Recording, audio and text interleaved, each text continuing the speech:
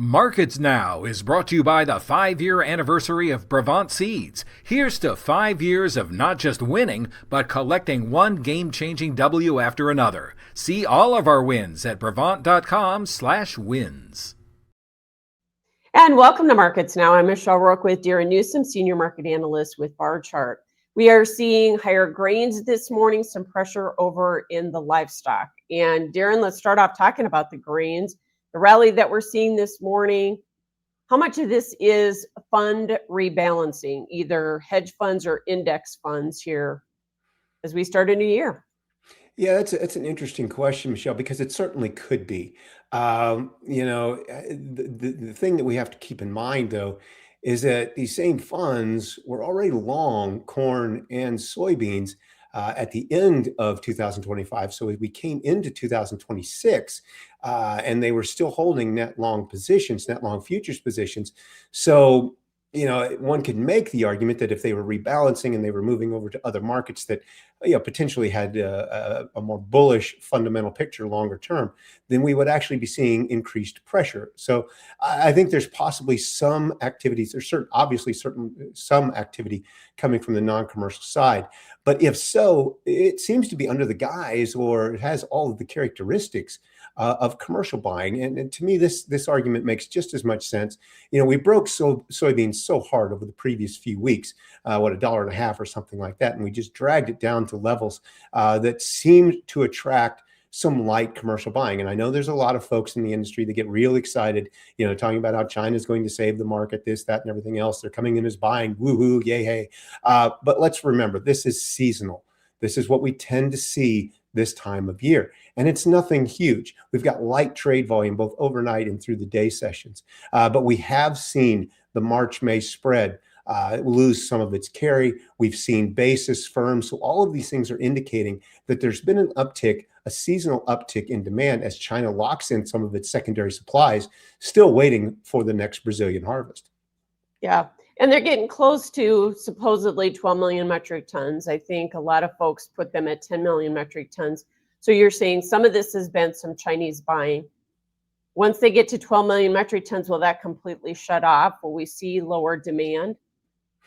The 12 million metric ton, it's a false number. I mean, there was never any potential deal.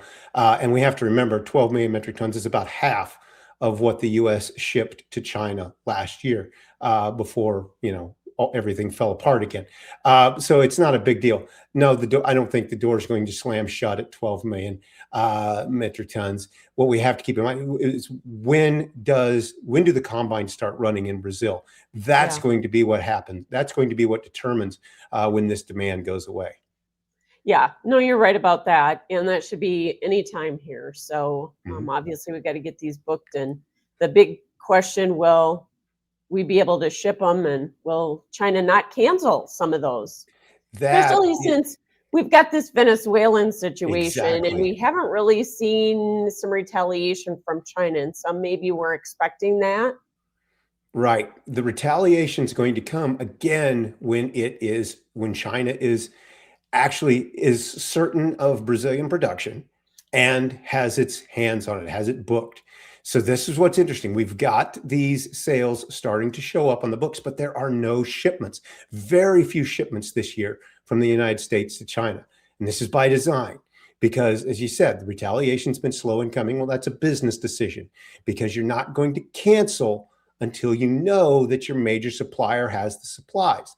And then the cancellations are going to start showing up. I'm not going to guarantee it. You can't guarantee anything in the commodity business. But I would say there's a very strong likelihood that's how this thing's going to play out. Let's talk about the Venezuelan situation. Obviously, a more stable government might mean some increased demand for ag products. But the real play here is really on the oil sector. We saw news this morning, the administration's going to get 50 million barrels of oil that they're going to be able to sell. What is this going to do for the marketplace? And what is it telling you about the administration and their plans? Well, I mean, the administration's plans is very clear. It wants the oil. It wants the money from the oil. That's the bottom line. As far as a leadership change in Venezuela, There's not. All we did was remove the head, and just another member of the same regime was put in place with the order to follow what it's told by the U.S. That's not a leadership change. That's not a change in how, that's not a change in how the country's run. It's just it has to take orders from the U.S. right now. The U.S. is going to take the oil. The U.S. is going to take the money from the oil, and that's the bottom line. We've seen it in other places. We've seen Russia do the very same thing with Ukraine. We've seen other areas, other parts of the world. We've seen this sort of situation. So it's nothing new. And it's certainly not going to be a leadership change. Do you think that it eventually pressures crude oil prices, though, and we continue to see this glut of oil in the world pressure prices? I think so. This is what but again, we have to look at what we've seen the last number of years. As the world except for the U.S., as the world moves away from petroleum-driven economies and more towards green energies and other energy avenues, particularly, say, in some vehicles and so on, then doesn't really. It seems like the crude oil markets, both Brent, the global Brent, and the domestic West Texas Intermediate, have shrugged off these types of upheavals, of these geopolitical upheavals all around the world. And so we continued to see, the market really struggle trying to find any sort of upward momentum. And so now that all of these barrels are supposedly going to be taken from Venezuela and sold on the market, we would expect the energy price to go lower. Now that's, on one hand, okay, maybe we can look for lower energy prices here in the United States, but we also have to remember that the U.S. ag does have some ties to a stronger energy sector. And so if it just continues to weaken, that could be a problem as well. Okay. Let me go back to the corn and soybean market specifically. How much recovery do you anticipate we could see here? Could soybeans get back above $11 just because we got oversold? Can you get corn above $4.50? Because we can't get above this 200-day moving average right now. Yeah, and you bring up a good point, Michelle, with the 200-day. I've never been a big moving average person, but with this move to algorithms, and algorithms certainly have moving averages, volatility, and these sorts of things, momentum indicators built into their equation. So I have had to start looking at them more. So I do think that's important, and we can certainly see it coming into play, particularly in the corn market, some in the soybeans. So I don't know about oversold and overbought. I don't know how much of that's built in, but it's probably some. So I do think it's going to allow the soybean market to run a little bit. Then we just simply have to apply Newton's first law of motion. The trending market will stay in that trend until acted upon by an outside force, and we won't know when the outside force changes or when the fund money changes direction. The only thing we're going to be able to do is to see it when price direction finally looks to have turned the other direction, similar to what we saw last Friday in soybeans. Yeah, and when you get up at these levels, Darin, though, you start seeing farmers selling that caps these rallies, don't you?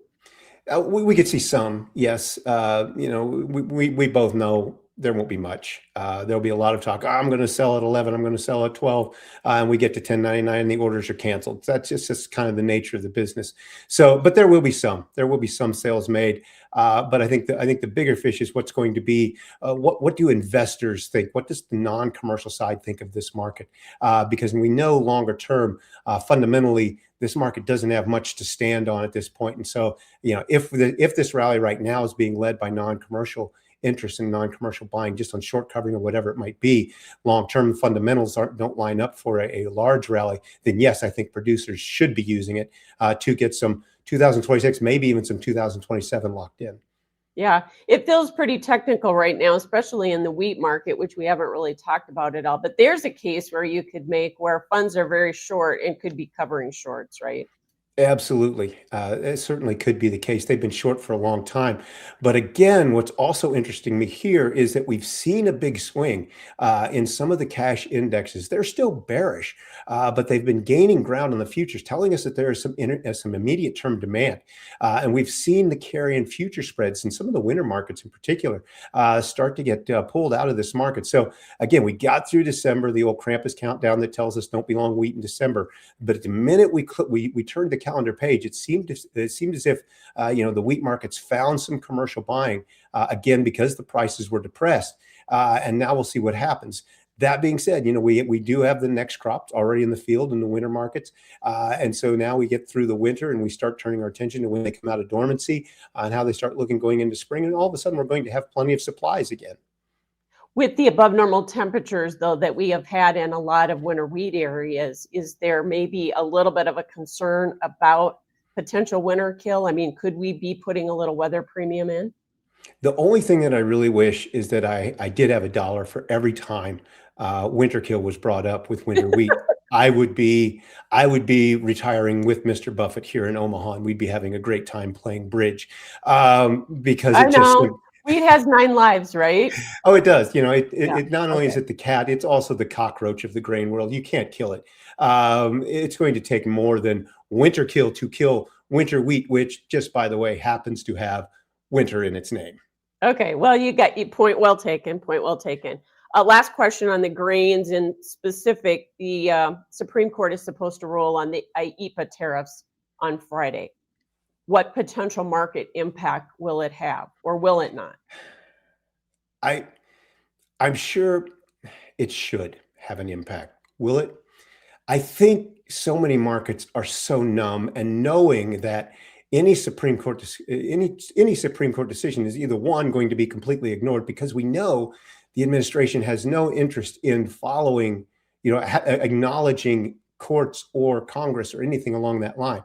But let's say by chance that it does pay attention to an overturn, it's going to be fought. And so we're still looking at a long ways away before anything actually changes. So it should have an impact. Will it? I have my doubts. Okay. One last quick question. We're setting back in cattle today, just a little profit taking, you think, waiting for cash? Absolutely. You hit the nail on the head, Michelle. They're waiting to see what develops in the cash market. At some point, the argument is at some point the cash markets are going to break and it's going to pull the futures with it. It hasn't happened yet. We saw it and it's bounced back. The key will be, can we get these cash markets? Can we get these futures markets above 2025 highs here in early 2026? All right. Well, the jury's still out on that. Thanks so much, Darin Newsom with Barchart. That's Markets Now. When you choose Brevant Seeds, you don't just win. You win so big, the very ground beneath your feet cries tears of joy. You win so big that second place feels like a participation trophy. You win so big, you might as well be harvesting buried treasure. Oh, sorry, just one more. When you choose Brevant Seeds, you don't just win. You hit the damn jackpot. Don't just win. Talk with your retailer or visit Brevant.com/jackpot to get started.